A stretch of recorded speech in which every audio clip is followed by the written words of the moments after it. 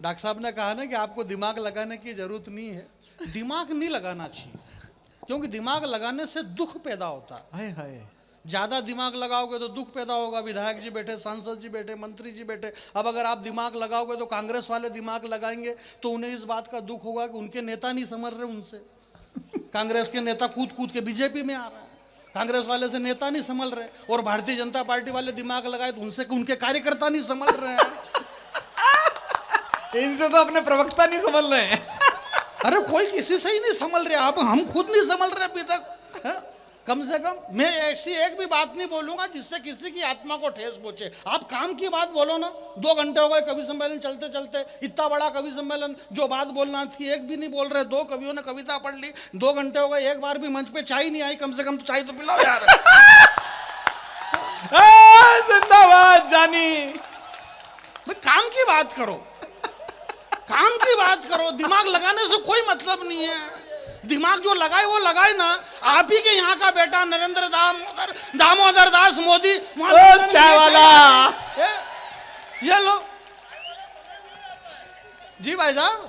चाय वाले को नहीं रोकना चाहिए बेटा। अरे अरे चाय वाला आदमी वहां गया 7 समंदर पार।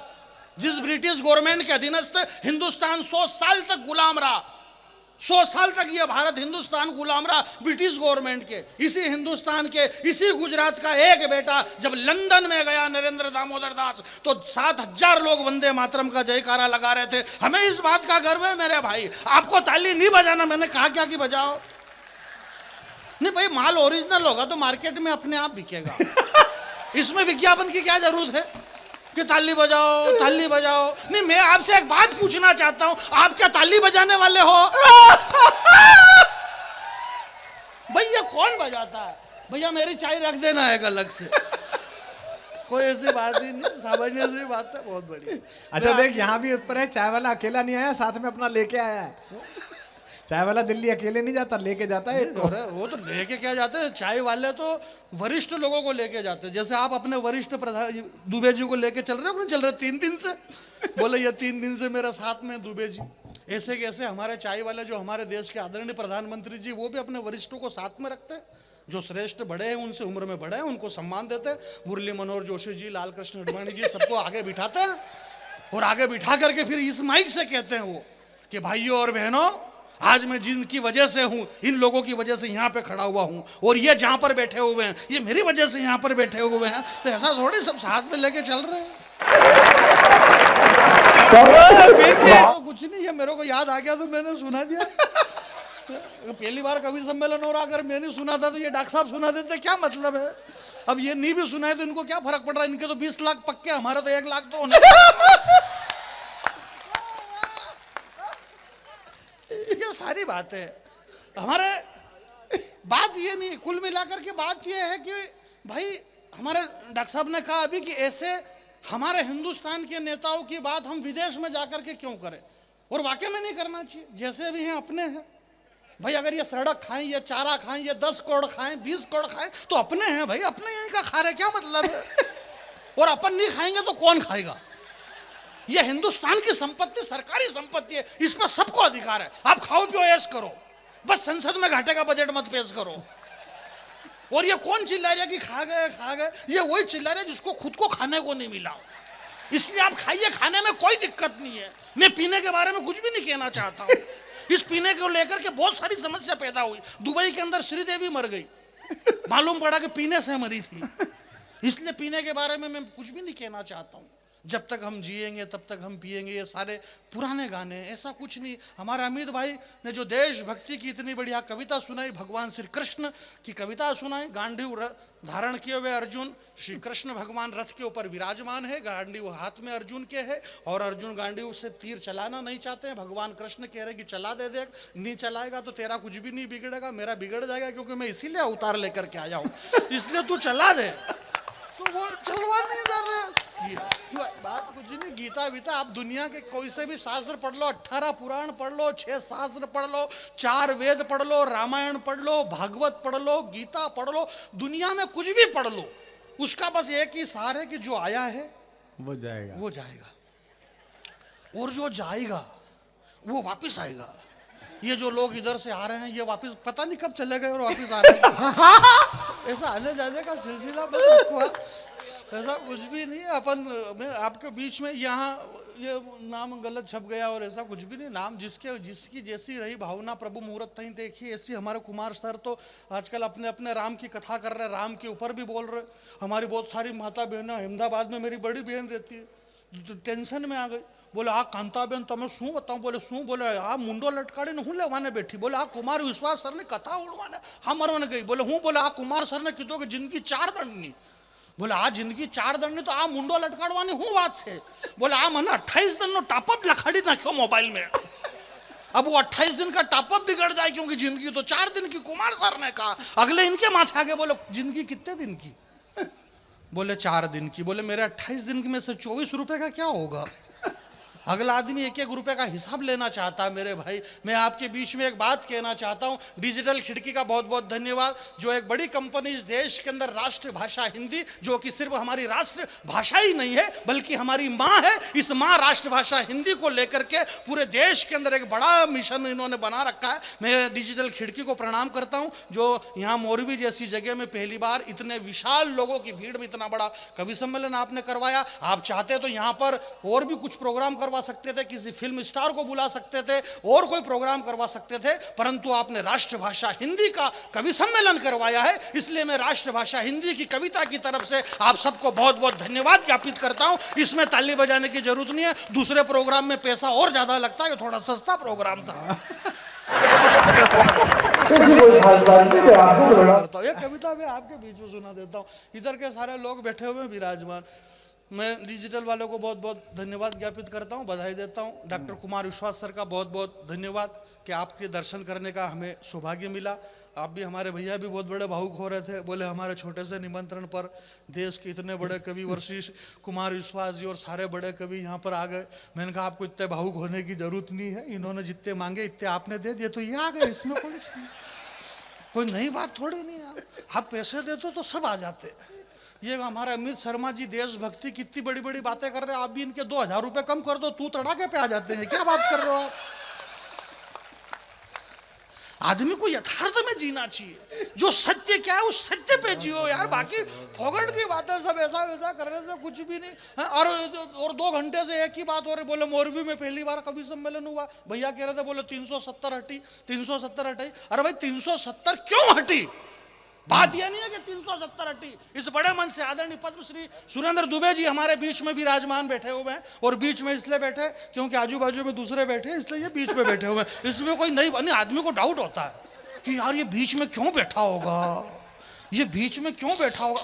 आदमी अरे यार कंफ्यूज हो जाता ना कि यार ये कब सब कह रहे कि हमारे बीच में दुबे जी बैठे हैं, हमारे बीच में दुबे जी। तो क्या मालूम दुबे जी को डर लगता है कि ये आजू बाजू में क्यों नहीं बैठते हैं, ये बीच में क्यों बैठते हैं।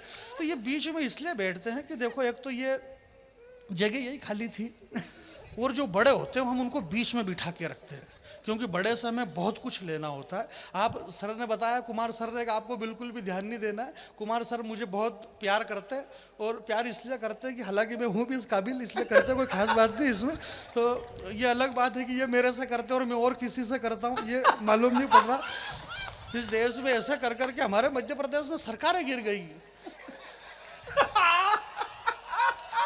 कौन किससे कर रहा मालूम ही नहीं पड़ रहा।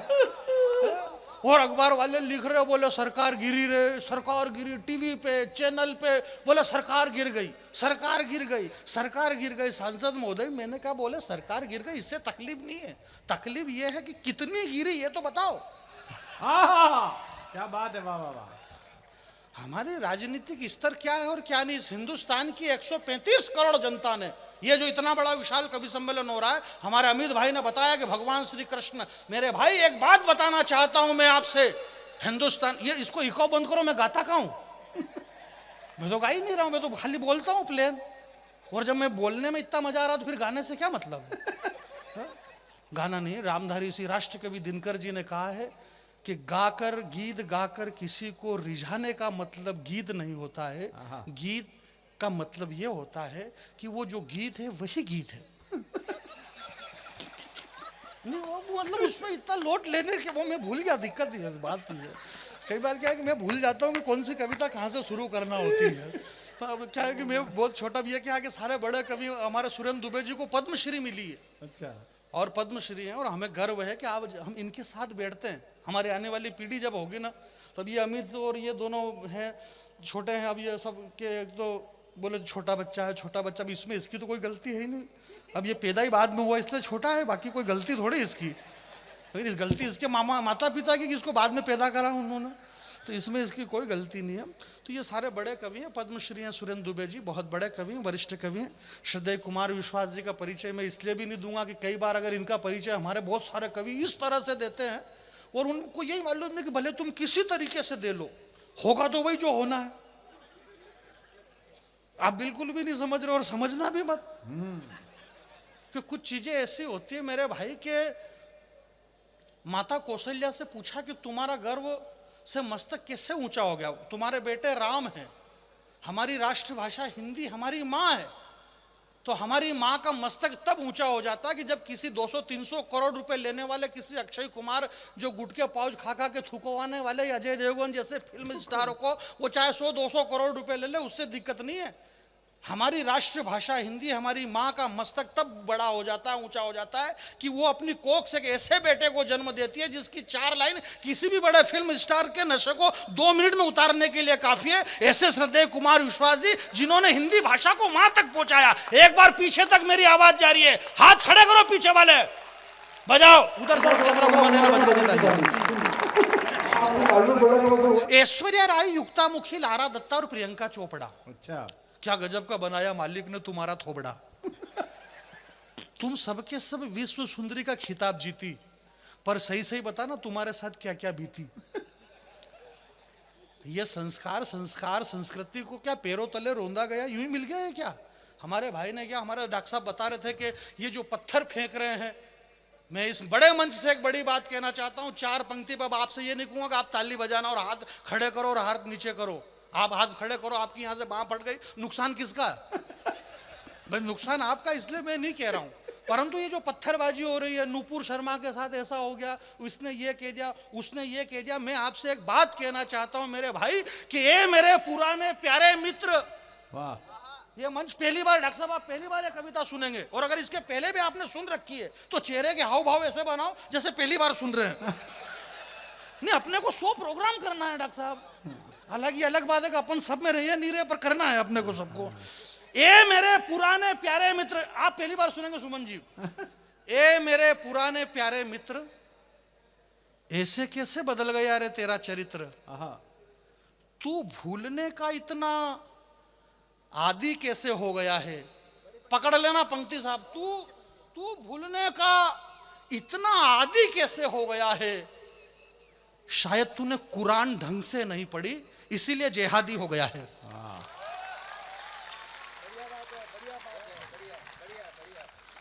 शायद तूने कुरान ढंग से नहीं पढ़ी, इसीलिए जिहादी हो गया है। जानी बजरंगी आपके बीच में खड़ा हुआ है। हिंदू धर्म जो हमारा सनातन धर्म, इसकी जड़ें इतनी गहरी है कि ये कहीं से भी, ये राम लड्डू कहीं से भी तोड़ के खाओ मिठाई लगता है।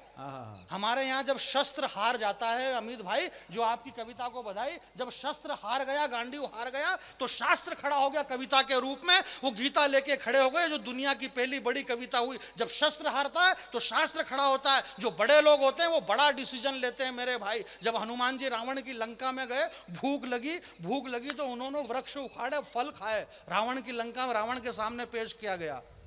रावण ने कहा, बोले तुम ज्ञानियों में अग्रज हो, ज्ञानी नाम अग्र, तुमने गलती बहुत बड़ी करी है, सजा मिलेगी। बोले क्या सजा? बोले वन विभाग वाले तुम्हारे खिलाफ है।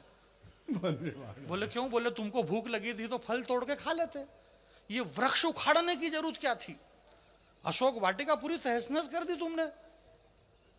हमारा सनातन धर्म, हमारी संस्कृति, माता उमिया के बेटे यहाँ पर बैठे हुए हैं, पाटीदार समाज के। आप लेवा हैं, कड़वा हैं, ये मुझे पता नहीं, परंतु आपके हाथ खुलना चाहिए मेरे भाई कि हमारी जड़ें कितनी गहरी है। रावण ने कहा हनुमान जी से कि तुम्हें भूख लगी थी, तुम फल तोड़ करके खा लेते, परंतु इन वृक्षों को तुमने उखाड़ करके क्यों फेंका? ये अशोक वाटिका क्यों उखाड़ी? हनुमान जी ने कहा कि रावण, ये हमारी संस्कृति है। ये जो अशोक वृक्ष के नीचे बैठी हुई जो सीता है, जो अविरल आंसू बहा रही है, ये धरती से पैदा हुई है, ये धरती की पुत्री है। और ये जो वृक्ष खड़े हुए हैं, ये भी इस धरती पे खड़े हुए हैं, इसलिए ये वृक्ष भी इस धरती के पुत्र हैं। और एक बहन अगर आंसू बहाए और भाई अगर डीठ बन के खड़े रहे, उन्हें जिंदा रहने का कोई अधिकार नहीं। हनुमान जी ने सारे वृक्ष उखाड़ करके, ये हमारा सनातन धर्म हो सकता है, ये हमारी संस्कृति हो सकती है। अच्छा है जानी, बहुत अच्छे जानी।